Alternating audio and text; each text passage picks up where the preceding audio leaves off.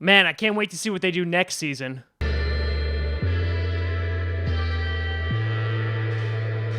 Grossi Posse, Game of Thrones Nation.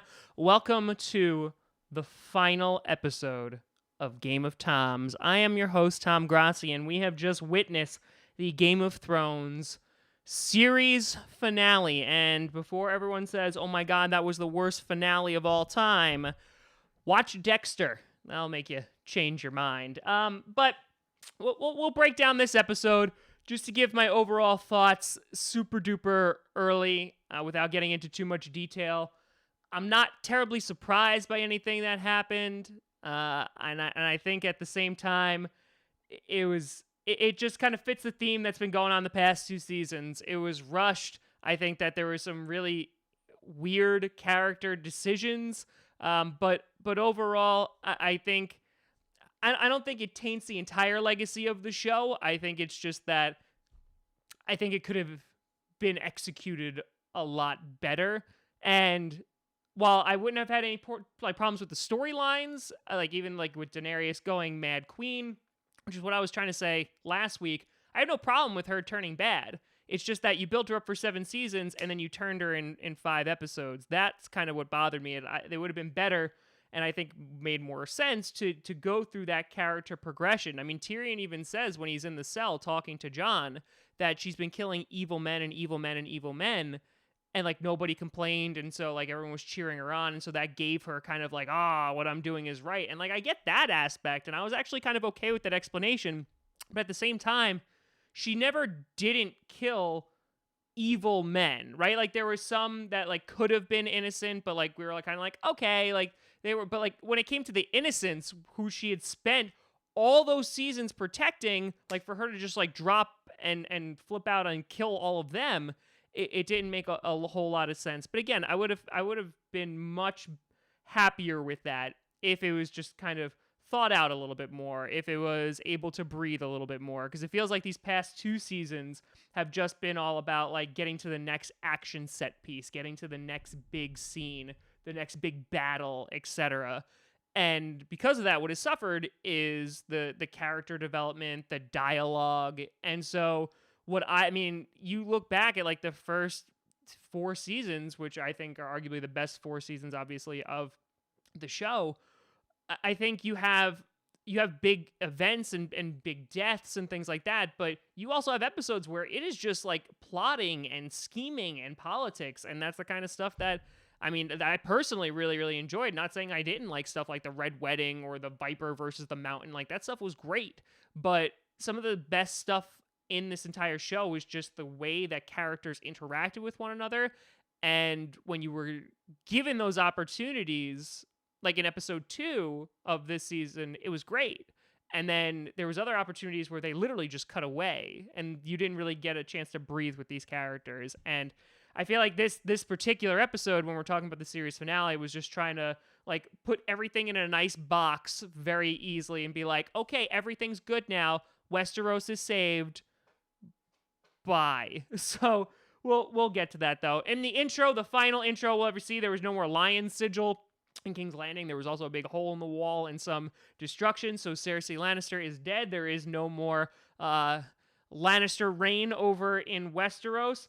You also saw in the very beginning some of the main characters walking through the rubble of King's Landing, getting a whole bunch of asbestos poisoning. You had Grey Worm and Jon going at it, and Grey Worm, who was completely snapped after Missandei is dead and is kind of hey, let's just kill everybody now, is slitting the throats of Lannister soldiers, and Jon is this doesn't seem okay. But even when he's talking with Tyrion, he's trying to justify it, and it came back to the Aemon Targaryen conversation of love is the death of duty, and then Tyrion flips that around and is or is duty the death of love? Kind of foreshadowing what's going to happen within the next 10 minutes. But Tyrion, obviously disgusted with what happened at King's Landing, decides to throw the pin away. He gets imprisoned and looks like he's about to die after he finds Jaime and Cersei and breaks down. Now, the one thing that I really had a question on before we get into the big scene is who was carrying that huge Targaryen flag? Like, who is responsible to be like, all right, this is me? Because, like, that's a big flag. And I never seen anyone hold it like that. I mean, like, is that one of, like, the masts from the ships? And, like, who brought that over? I just want to know who their flag guy is. But all that, I thought what was a cool shot was when Daenerys landed and, like, the wings of Drogon open, kind of saying, like, like, she's become the dragon. And I was like, that's pretty cool. Like, that was some cool imagery. Because, listen, this season has been beautiful visually. I don't think anyone can refute that. I mean, it would have been nice to see a little bit more in episode 3, but it's been absolutely beautiful visually. And she calls upon the Dothraki and the Unsullied, saying that we're going to liberate the world because they were. And here's the thing. I just wanted some consistency with this because literally episode 4, she says, we won the Great War. Now we're going to win the last war. She says that. She delivers that line of dialogue. And then an episode and a quarter later, she goes, oh, we ain't done. This is just the beginning. We got all the wars. We're going to go rule over all the peoples now. And I feel like that's almost more in tune with her character because she wants to liberate them from slaves. And then at the same time, she's also cool with killing all of those innocents. I just wanted some damn consistency. But, like, I liked where they were trying to push it of, like, her vision of what is good and what is right is she's going to kill anyone who gets in the way. And I get that. Like, I'm totally down with that. And I'll buy into that. But it doesn't make sense for, like, the thousands or the hundreds of thousands of civilians that she wound up killing. But what winds up happening is that after Tyrion is arrested, Jon has this conversation with him.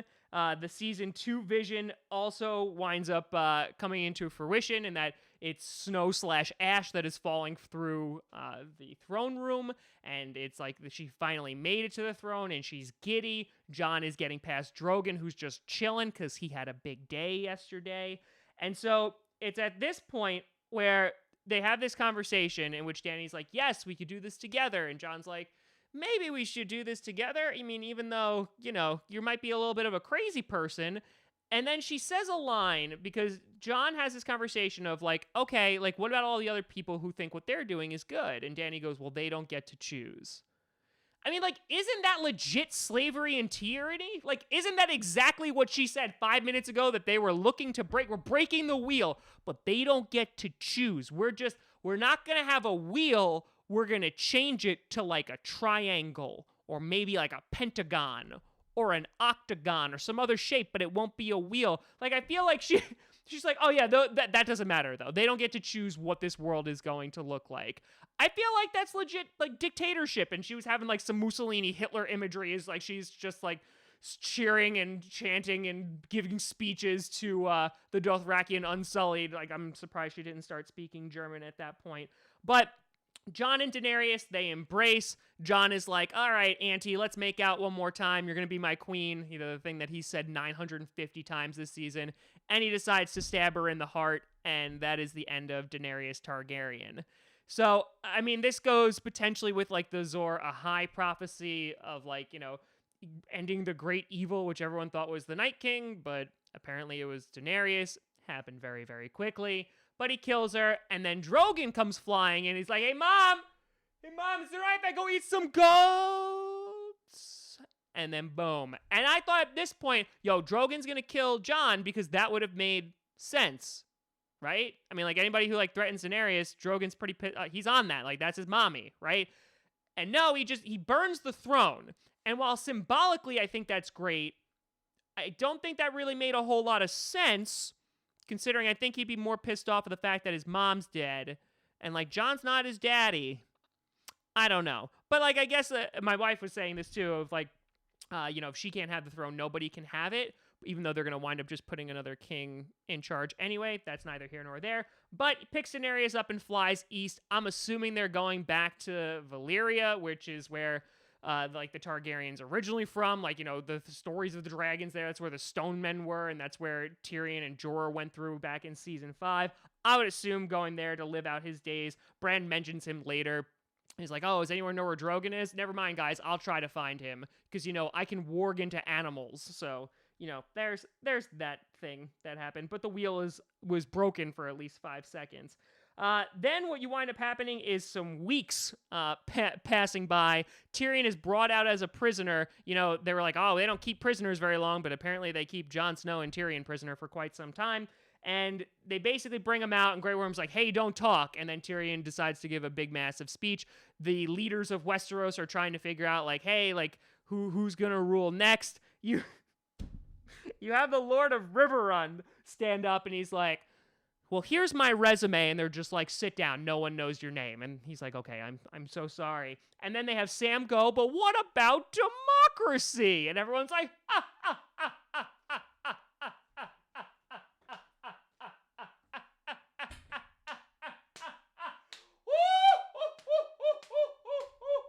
no. And Sam just sits back down, which was great. I'm really glad they had time for that scene. And then they wound up just being like, hey, we have to choose. Well, who should we choose? And then Tyrion essentially chose and was like, well, I like stories. So how about the creepy high school shooter guy who doesn't really say much? Bran, how about you, bud? And everyone's just like, oh, Captain, my captain. Yeah, this is fine. I don't know how I feel about this. Like, I feel like it's just kind of whatever. Like, I feel like Sansa would be a better choice for, like, all of Westeros just because of everything. Like, she has the perfect mix of the southern politics and also, obviously, the heritage and knowledge of the north. But, like, she had all that time with Cersei and everything like that, and obviously she is now going to rule an independent north, which is nice. But at the same time, like, what the hell has Bran done? Like, he has no idea what politics are. He obviously knows, like, the entire past history of Westeros and all that stuff, but, I mean, like, it's, like, kind of like the Jon scenario of, like, oh, he doesn't want the crown, that's why he's perfect for it. And then Bran's like, yeah, sure, I'll take it. Sure. Even though he's like, I don't want anything anymore, but yeah, sure, I'll become the king now. Just install a few ramps or two. Then you also, back in that little group, you also had, like, Robin the boob sucker was back, so that was nice. He got tall because he had breast milk, I guess. Got a lot of calcium in there. And then Tyrion winds up getting freed as well, and not only freed, but made the hand of the king, and Grey Worm's like, no, that's bad! And so they compromise with Jon, and Jon, he can't go free, but he can't be given to Grey Worm, so he just decides to go and serve in the Night's Watch, which is still a thing, because they're like, hey, we still need a place to send all the bad people, because prison wouldn't fit that description. Nope, we gotta send them up to the wall. What's the wall for? Because they don't have a war anymore with the Free Folk? Or the White Walkers? I don't know. But you gotta go back up there, because someone's gotta rebuild it. And so Bran is gonna be the new king, which again, doesn't really make a whole lot of sense if we're saying the wheel is broken, then why are you having a king? Like, have the Lords of Westeros rule if you really want to. So that's whatever. And then the Unsullied just, like, piss off somewhere. They're just like, okay, we're gonna go off to some islands now. You know, visit Missandei's people. And that's it. And then the Dothraki are literally just walking the streets of King's Landing. That was weird. They were just like, oh, yeah, let's kill everybody. Yeah, burn those people. Yeah. All right, well, I guess we'll just chill now. Yeah, I don't know about that one. And then the epilogue of sorts started to kind of unfold. Arya wants to see what's west of Westeros and essentially be Christopher Columbus, which, to her credit, she already has the killing of lots of people down, so she can fill in Columbus' shoes real easily. Brienne is slipping through the book of all the Kingsguard and sees Jaime, says, like, he died protecting his queen, and I'm just like, okay, and then she closes that book. That ink is not dry. There's no way that ink is dry, and so that I think is the biggest plot hole that you're going to wind up seeing. And then you have the small council come together. Sam is there, of course, as the Maester, who's also George R.R. Martin, who's like, I did a Song of Ice and Fire, and it's funny, because, like, Tyrion's not mentioned in it, and that calls back to, like, season 3, like, when Tyrion, like, saved King's Landing from the Battle of Blackwater, and was basically saying, like, the history books will never mention you, but I'll remember you. Well, Varys didn't, because he's dead, and neither did the history books, so that was right. Brienne, obviously, the head of, like, the new Kingsguard, which is all fine and dandy. The thing I didn't understand is, why the hell is Bronn there? I understand he's the new king of Highgarden, and he got what he wanted, but the guy is literally an assassin for hire. What does the man know about economics? It's just like, here's money and you go kill people. That doesn't mean that the guy, like, took macroeconomics and is like, I understand supply and demand, so Like the only reason that was there, like Bronn served no purpose this season at all. If you remove every single one of his scenes, the season doesn't change at all. I didn't understand that at whatever. And then Davos was there, who also was correcting grammar, so he learned from Stannis, so that was something. And so they show all of these images of Arya going out and exploring. Sansa's going to rule the north, which is free, and you would think there'd be some other kingdoms that want to be free, but whatever. And then, again, Drogon, he's flying away, but big shout out to him burning all those stairs, because hopefully they just build some handicap-accessible ramps now.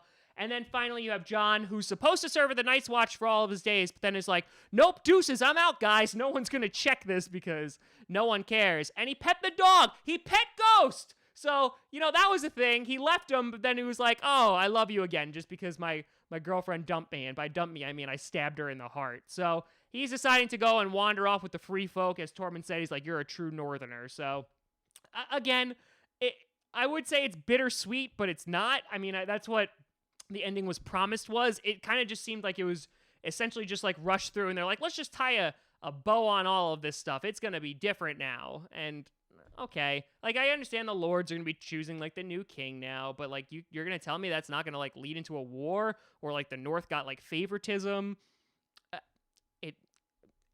It's a show. Like, again, I overall, I love the show. I'm a bit disappointed in these past two seasons, this one in particular.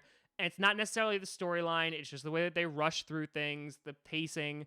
Some of the end decisions didn't really make a whole lot of sense, but at the end of the day, it's still better than a bunch of stuff that's on TV. So there's that. And again, there's always Dexter, that is so much worse. But I want to thank you all for watching these past few years of Game of Toms. It's been a pleasure. I really, really appreciate it. And so, yeah, thank you. Let me know what you thought about the finale down below. You can always check me out at TomGrossiComedy.com or at TomGrossiComedy, all the social media you see down below. And that's that. That is that. But thank you so much for watching. I'm Tom Grossi. And now my watch has ended.